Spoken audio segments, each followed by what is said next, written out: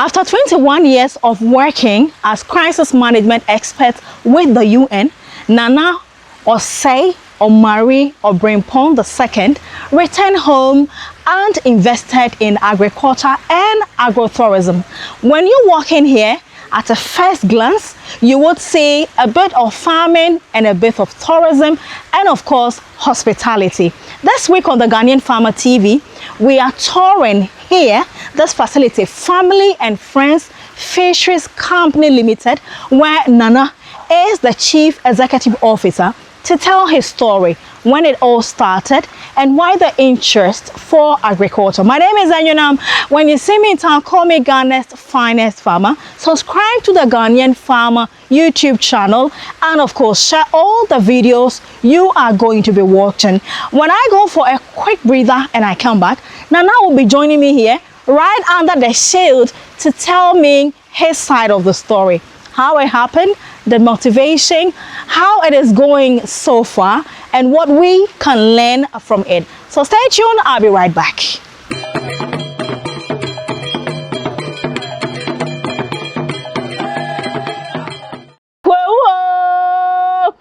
That's where the Ghanaian farmer will find ourselves this weekend, and I'm sure that every person from Kwewu living abroad would be coming here to come and have fun. I'm told there's going to be some event happening. Nana will tell us that and many more. But Nana, thank you very much for receiving us in your facility.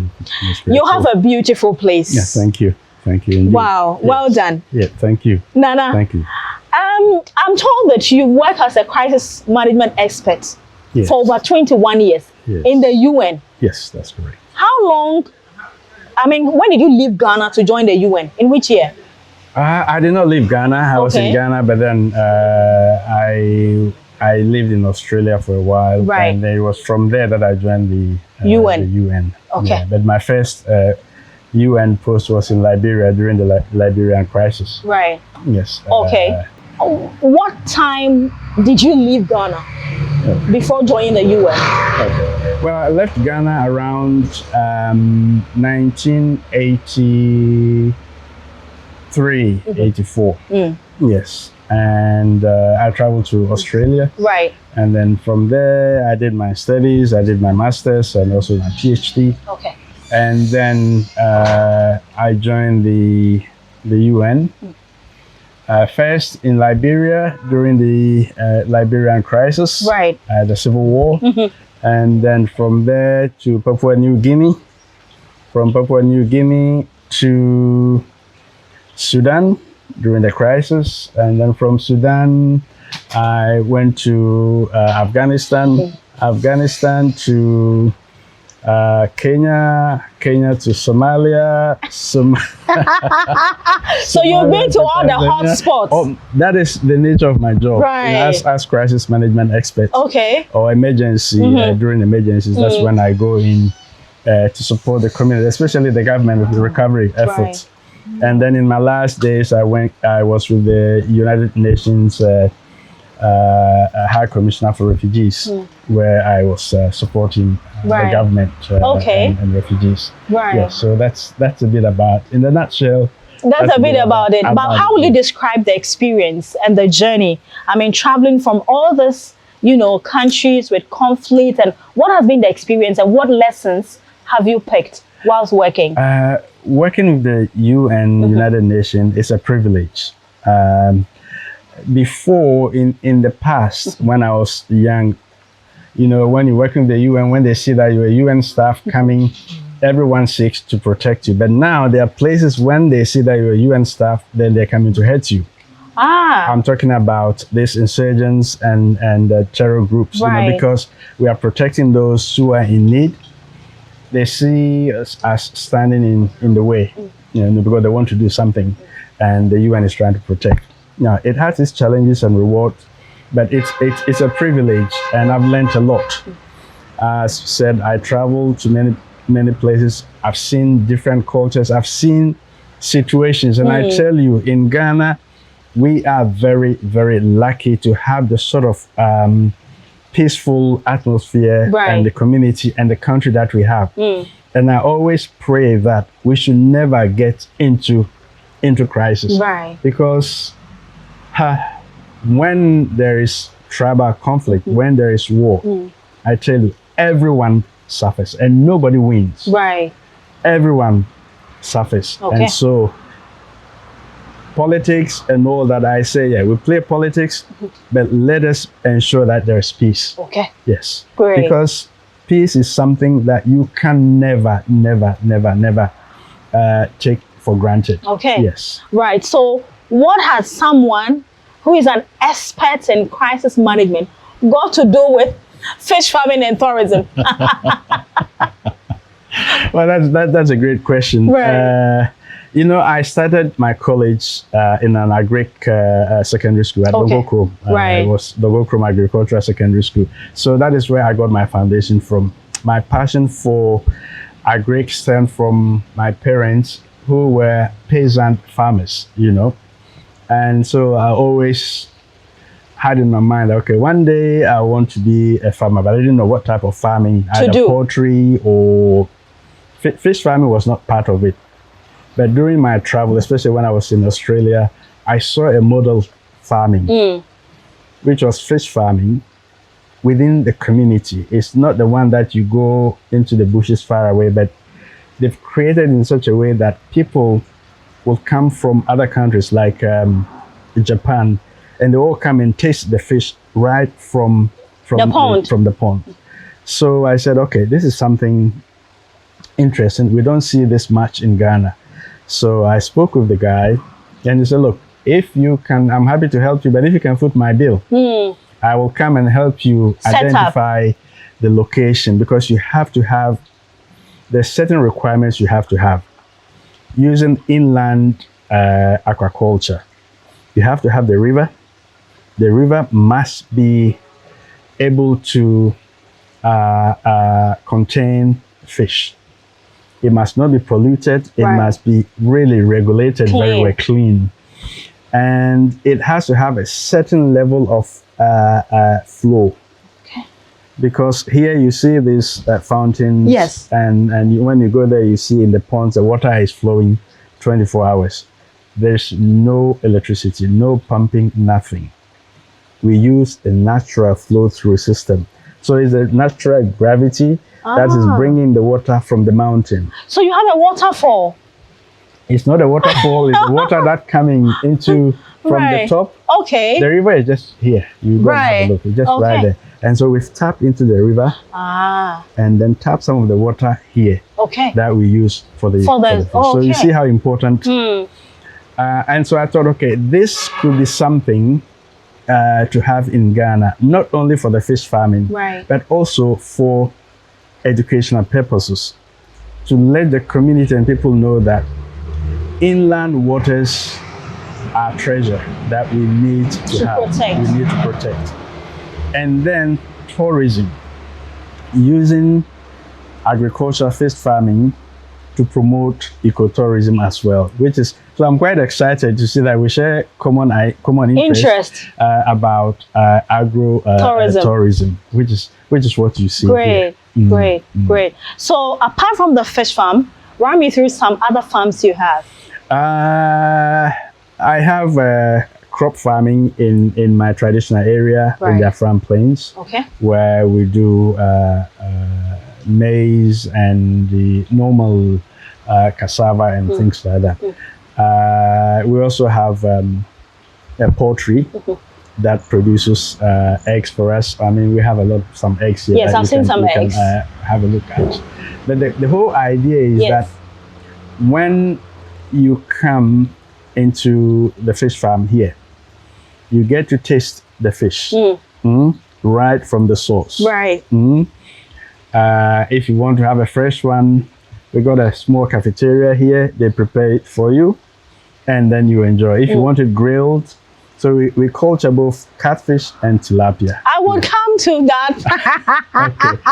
And then we have the chicken, because there's some people who don't like fish. Yes. So they want to have chicken. So you go in and then you pick your chicken. If you want to prepare it, you prepare it yourself, or we prepare it for you.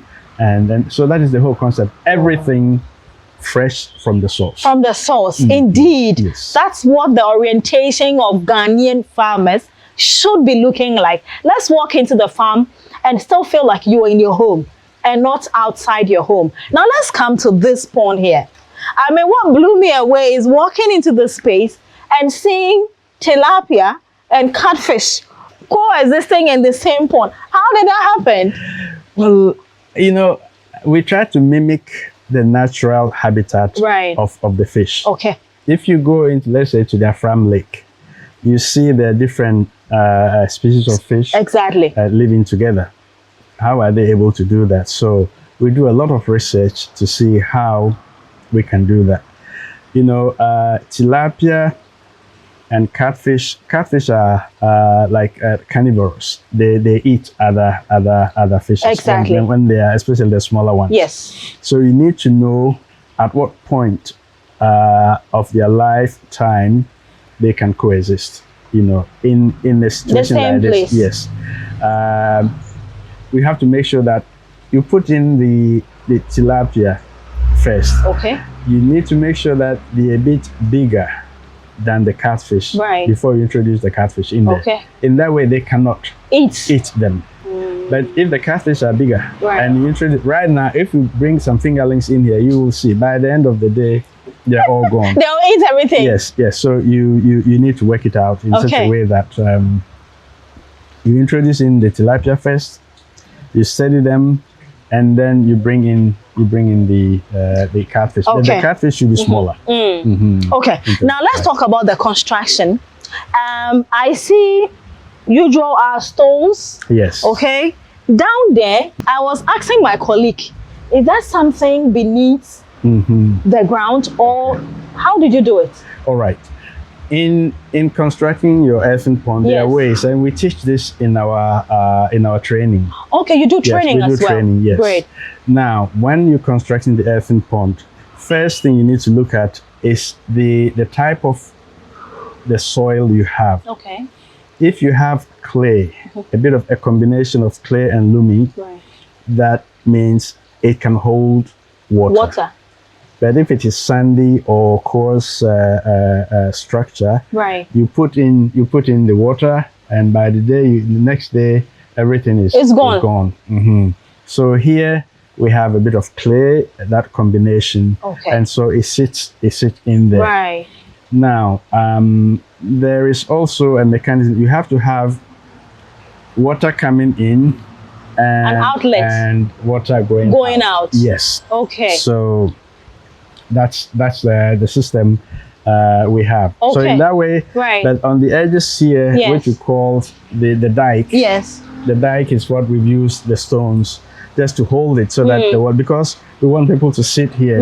We don't want water to seep through, which is why we've put all these stones, Okay. and also to beautify it. Right. Yes. Okay. I also realized that you have a lot of local materials Yes. that you use in your construction.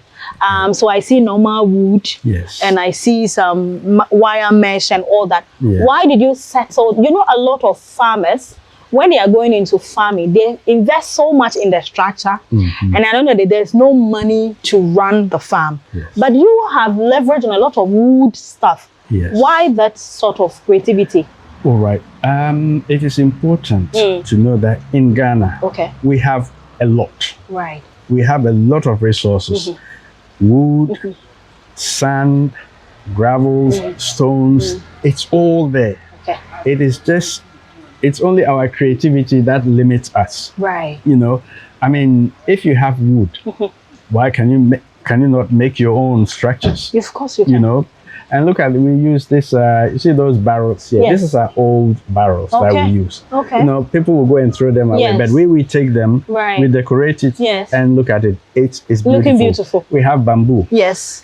We go into the bushes, we cut the bamboo, and we use them. Now, as you look across Yes. here, you see all these structures. Yes. These are the dirt, the earth. You know, the earth material that we have. You here. dig We the use sand, that. You dig and the then use it sand, for you the combine modeling. it, and then you use it to build. So Right. we don't go Spend so and spend much. money importing other stuff. Right. Near Ohano and one Indeed. Newa hano enwa eni yusu. Great. You bet me. So you're trying to say, and I'm so happy that we got a young lady like yourself trying to promote this and bringing farmers together. Right. So next time you bring them, all the farmers, bring them here. I definitely will do that. That's why the Ghanaian farmer, we are championing agro-tourism. And these are some of the exciting things we would want you to come and see, so that when you are setting up your farm, you would consider such a unique model and then, you know, put it into your concept. Now let's talk about the labor. A lot of farmers, their challenge has to do with committed workers who would help him, you know, bring the dream alive. When you came, even though you're a Ghanaian, you were going and coming. So you can't tell our nature and how we are committed to work. How did you make it work in terms of recruitment and putting who is in charge of what and who is in charge of what? That is one of the biggest challenges that we have. Right. With as far as entrepreneurs are concerned. Okay. Getting dedicated staff who are committed, loyal, but most importantly, trustworthy. Yeah. You know, that, okay, I'm leaving this in your hands. This is the vision. We want to move from point A to point B. Let's put our resources together. But then you go and come back and you see that you're not moving anywhere. Exactly. So you have to be active. I always say training. Okay. For me, training is the key. Right. You need to train the staff to understand where you want to be. Okay. So that they come along with you. Right. But if you leave them, people will ask, okay, what happened? Yes, we've trained staff. They come in after a few months, they go. Some are now in Germany through this. Okay. They've traveled abroad. Right.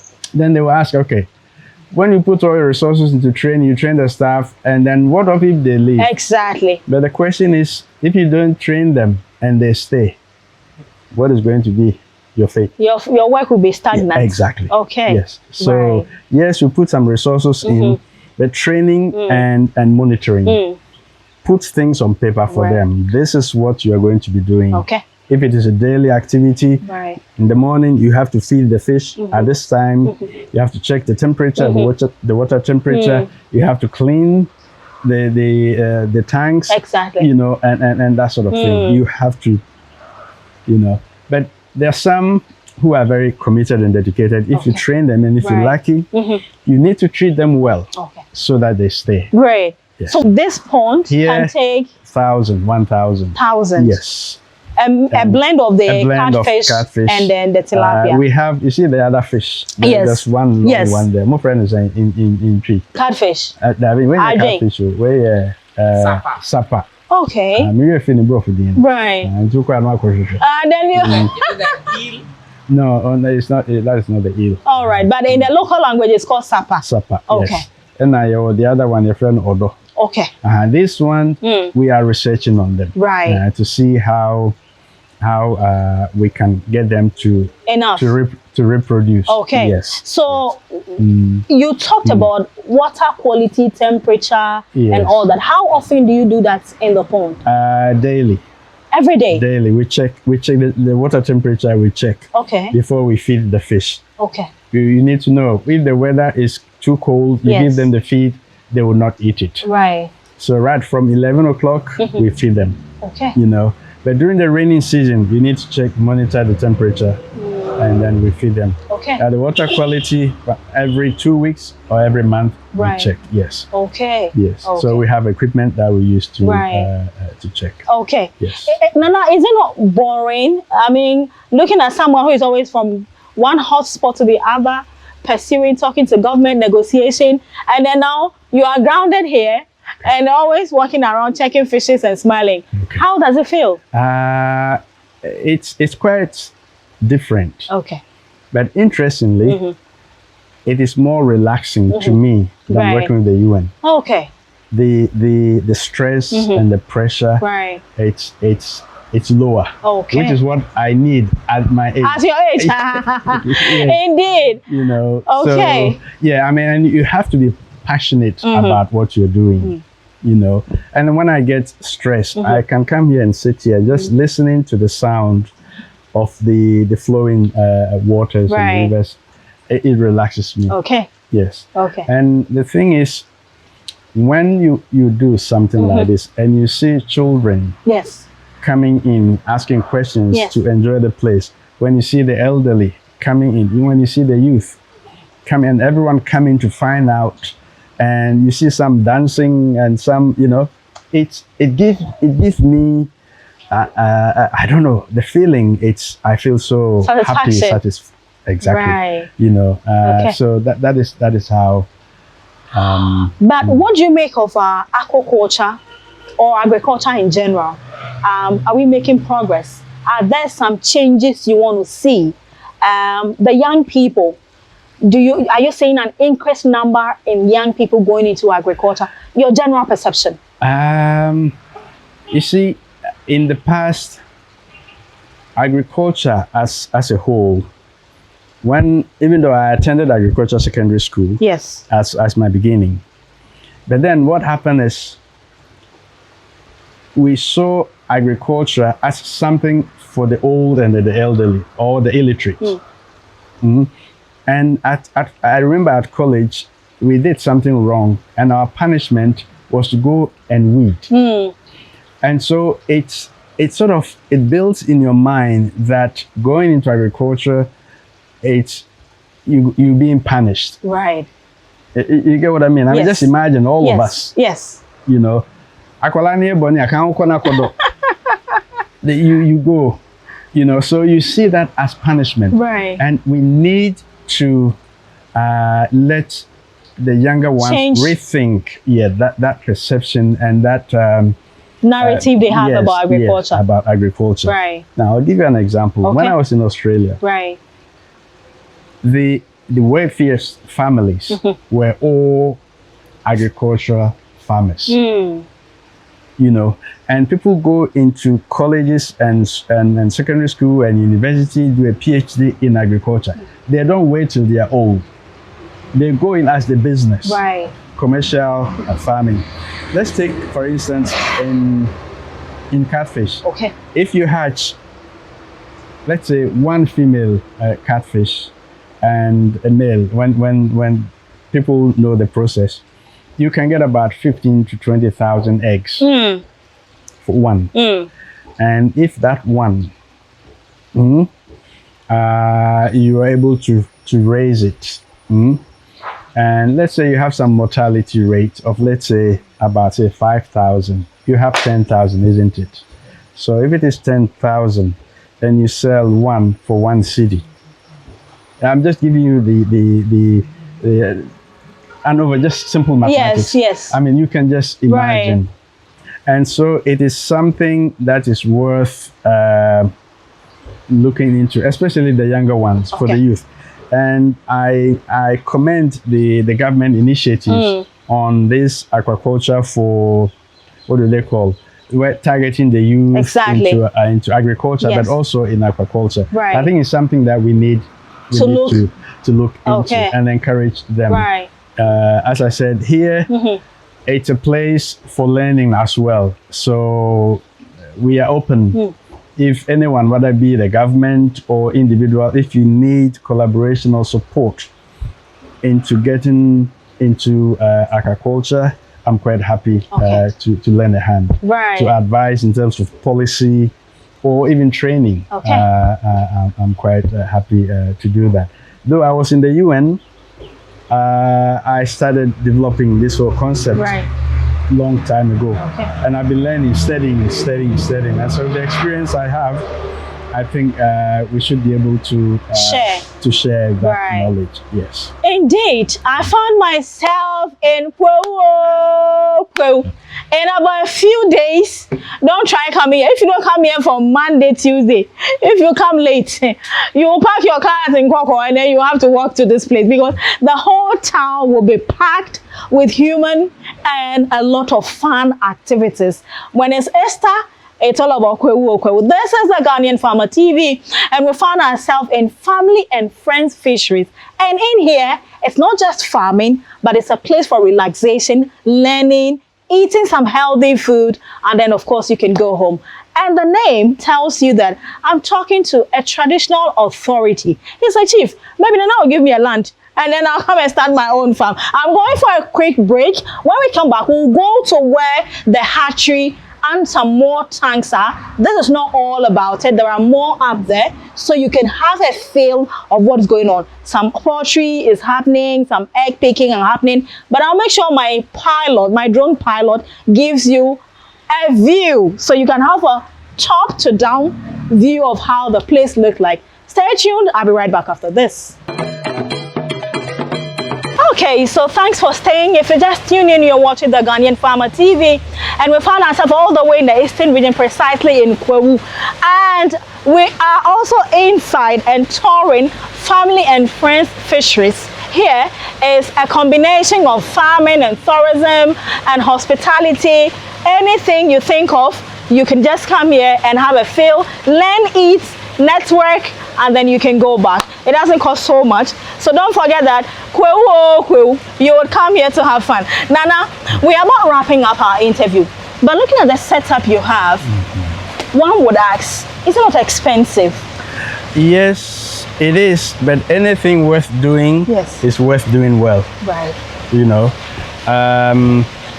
it's a huge investment, but it's you can replicate. You don't necessarily have to use these kind of earthen like concrete tanks. Yes. If you have space, you can build earthen ponds and you go. Even we have to, this is the reason why we put all these materials for. The first one was earthen pond. Right. We have the concrete tanks, and then we have the tarpaulin tanks. Okay.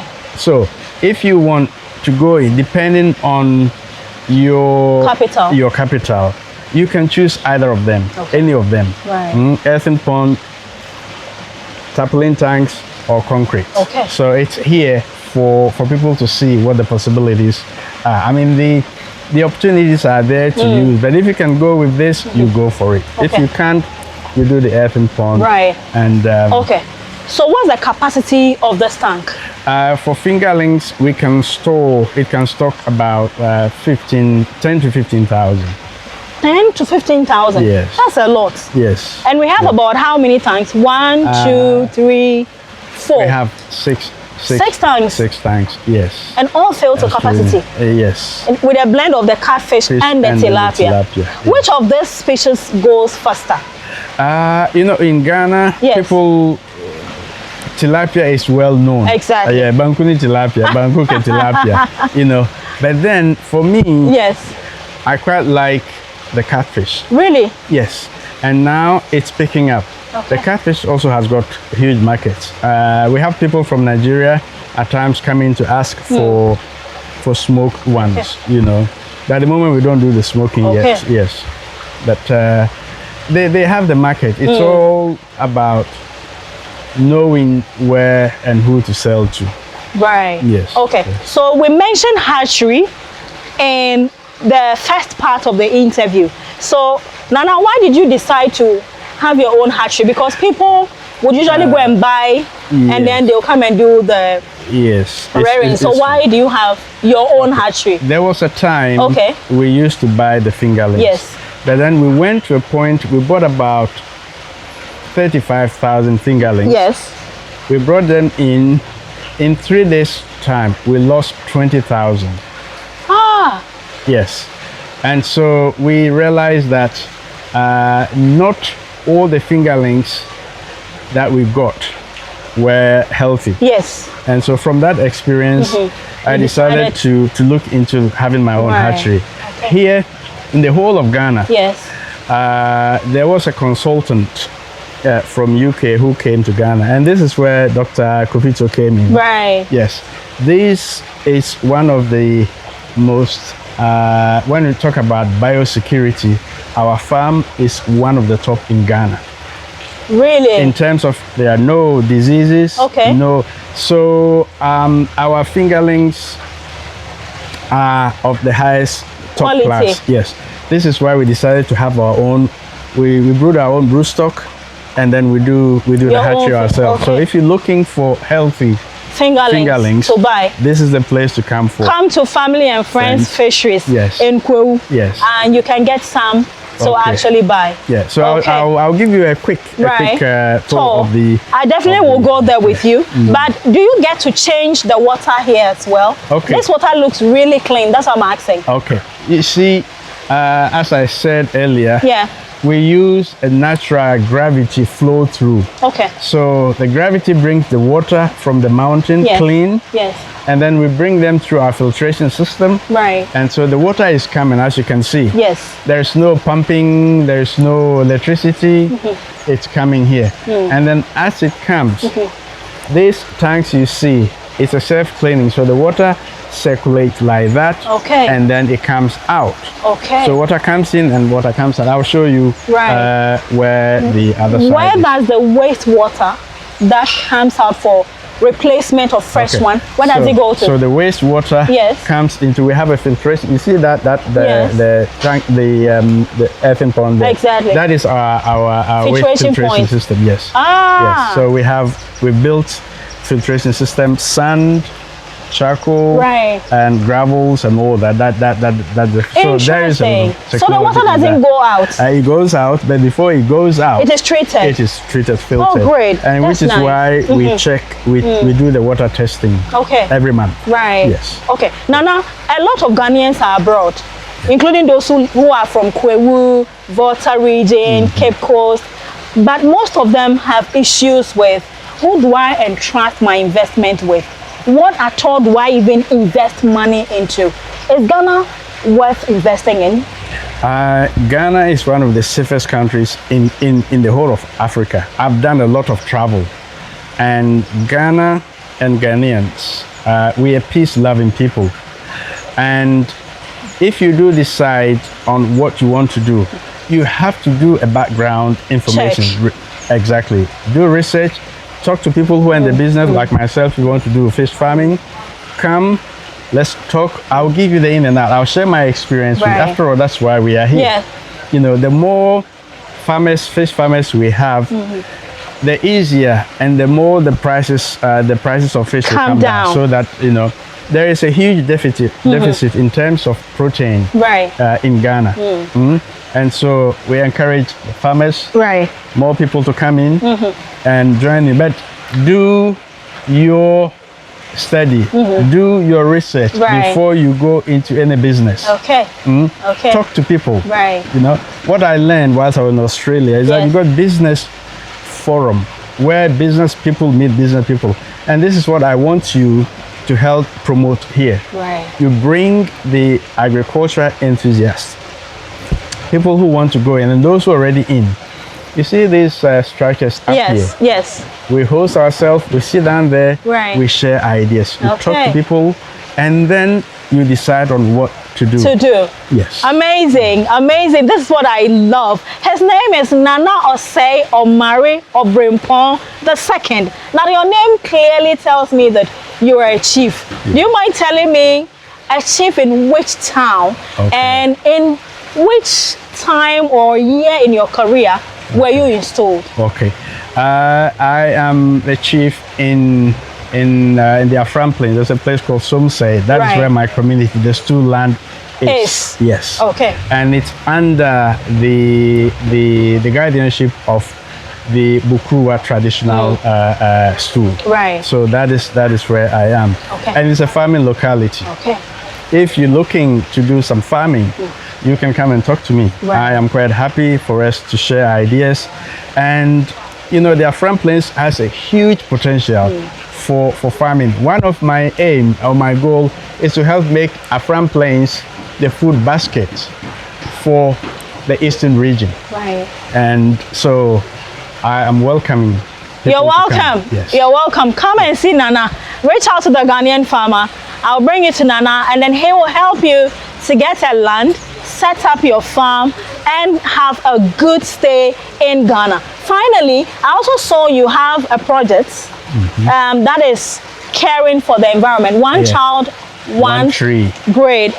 When that's bettered, and how is it going so far? All right. The concept of one child, one tree, it's about environmental stewardship and environmental protection. You know, there's a lot of degradation in terms of environment. Yeah. You know, we need something like charcoal to cook. Exactly. But at the same time, when you're using the charcoal, you're cutting down the trees. So what are we doing to revegetate the environment? And so the concept of the one child, one tree is something that I want to instill in children through school education. Okay. Every family, every child, just plant one tree. It's not just about planting, but planting and caring for it. Nice. Just imagine, how many are you in your family? We're about 5. 5. Okay, so in your family, you are going to be planting 5 trees and looking after it. I will come and check. I'm in trouble.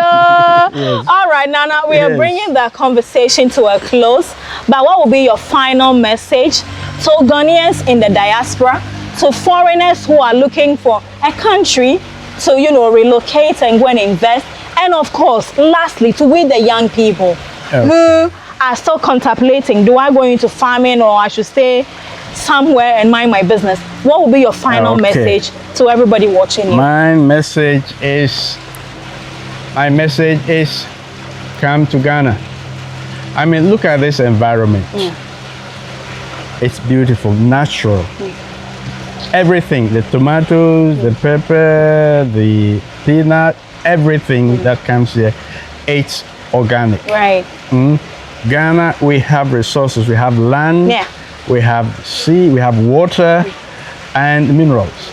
But the agriculture sector needs a boosting. We need to rethink agriculture, and that is what every Ghanaian needs to think, especially the youth.